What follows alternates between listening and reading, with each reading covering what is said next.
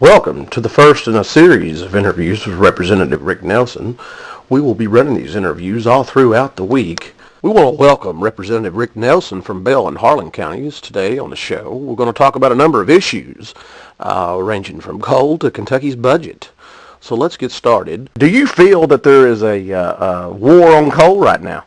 Well, I think that there's always been, some of the environmentalists have always had maybe a war on coal, and it's a national thing, I guess, now, thanks to Al Gore, and I've been very disappointed in him. You know, at one time when he first ran for president in 1988, he was from Tennessee, and then Bill Clinton's vice president. A lot of people had high hopes that him being from the South and everything, that he would be a real good choice to be president. And of course, he's really changed. And a lot of the people that backed him don't want to have anything to do with him now. As a matter of fact, in 2000, he lost his own state, which he became very, very radical even since the last 4 or 5 years on coal. So.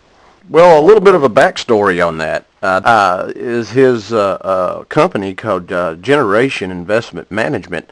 I think, personally, that his escalation on the war on coal from him personally and organizations such as reality.org, I think I'm getting that right, that he is set through his company for Generations Investment Management to become a billionaire. Okay, and alternative energies investments. What kills me, and I'm sure you're frustrated as well, is the national press doesn't talk about that. Log on to the Rural Democrat. That's the ruraldemocrat.typepad.com.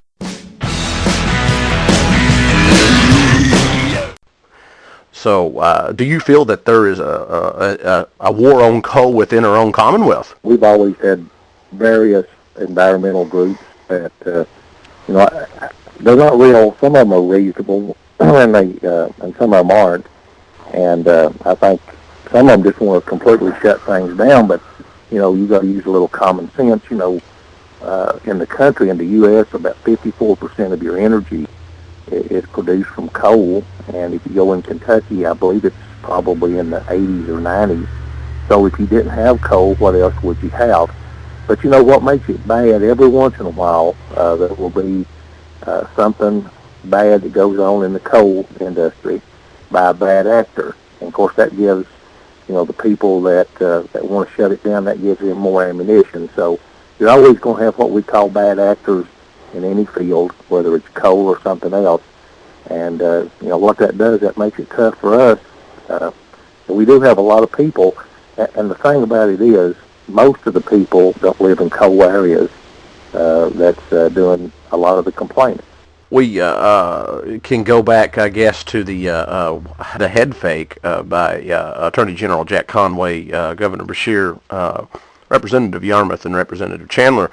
I truly, honestly believe that was a political head fake. I don't think that was meant to chastise the industry. I know that maybe it might have been a good idea to confer with the Cole County legislators before you made such a public move as that.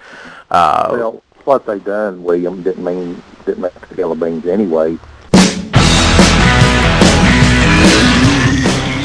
Log on to the Rural Democrat. That's the ruraldemocrat.typepad.com.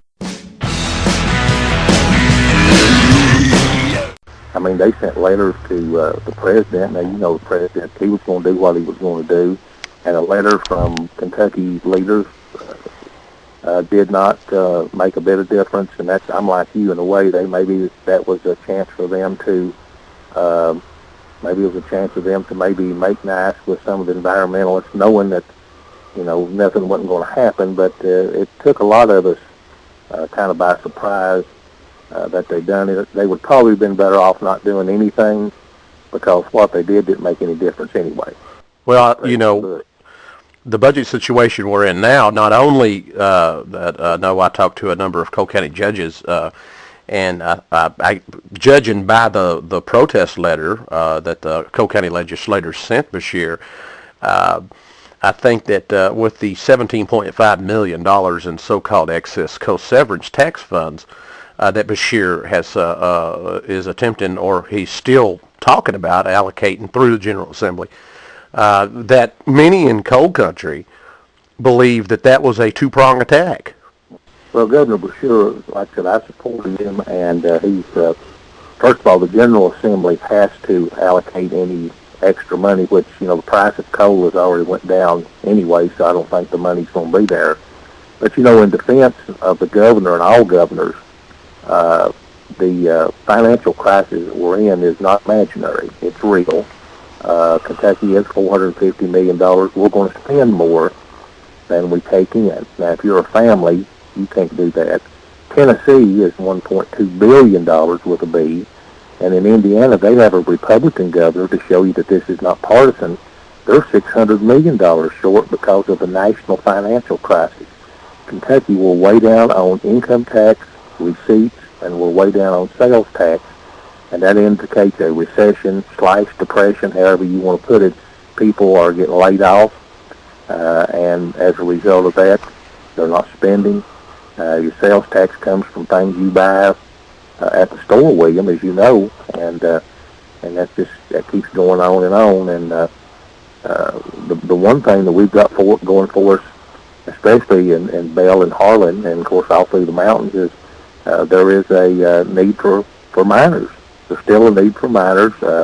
Big ad in the paper, one of the Harlan papers yesterday, half-page ad. We need coal miners. They're going to train them and get the card and everything. So. Well, we have my whole family virtually works in the coal industry, and I see a trend, especially in that immediate area that you represent, that yes, there is a lack of coal miners. There's a lack of labor.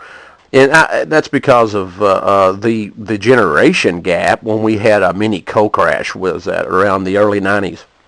I think you remember that. Yeah, we've lost a generation of miners, generation being about 15 years. You have young kids now.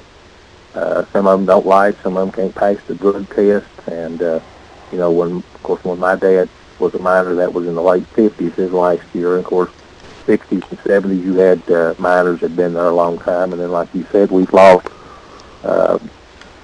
just a whole lot of extra mining jobs during that period when we had our bust. But, I still think there's a need. It's the one thing we have in our area that there is somewhat of a need for. But, mining's a dangerous job. It's not an easy job, and you have to be able to do a few things in order to get your mining card, and you have to be able to pass a drug test.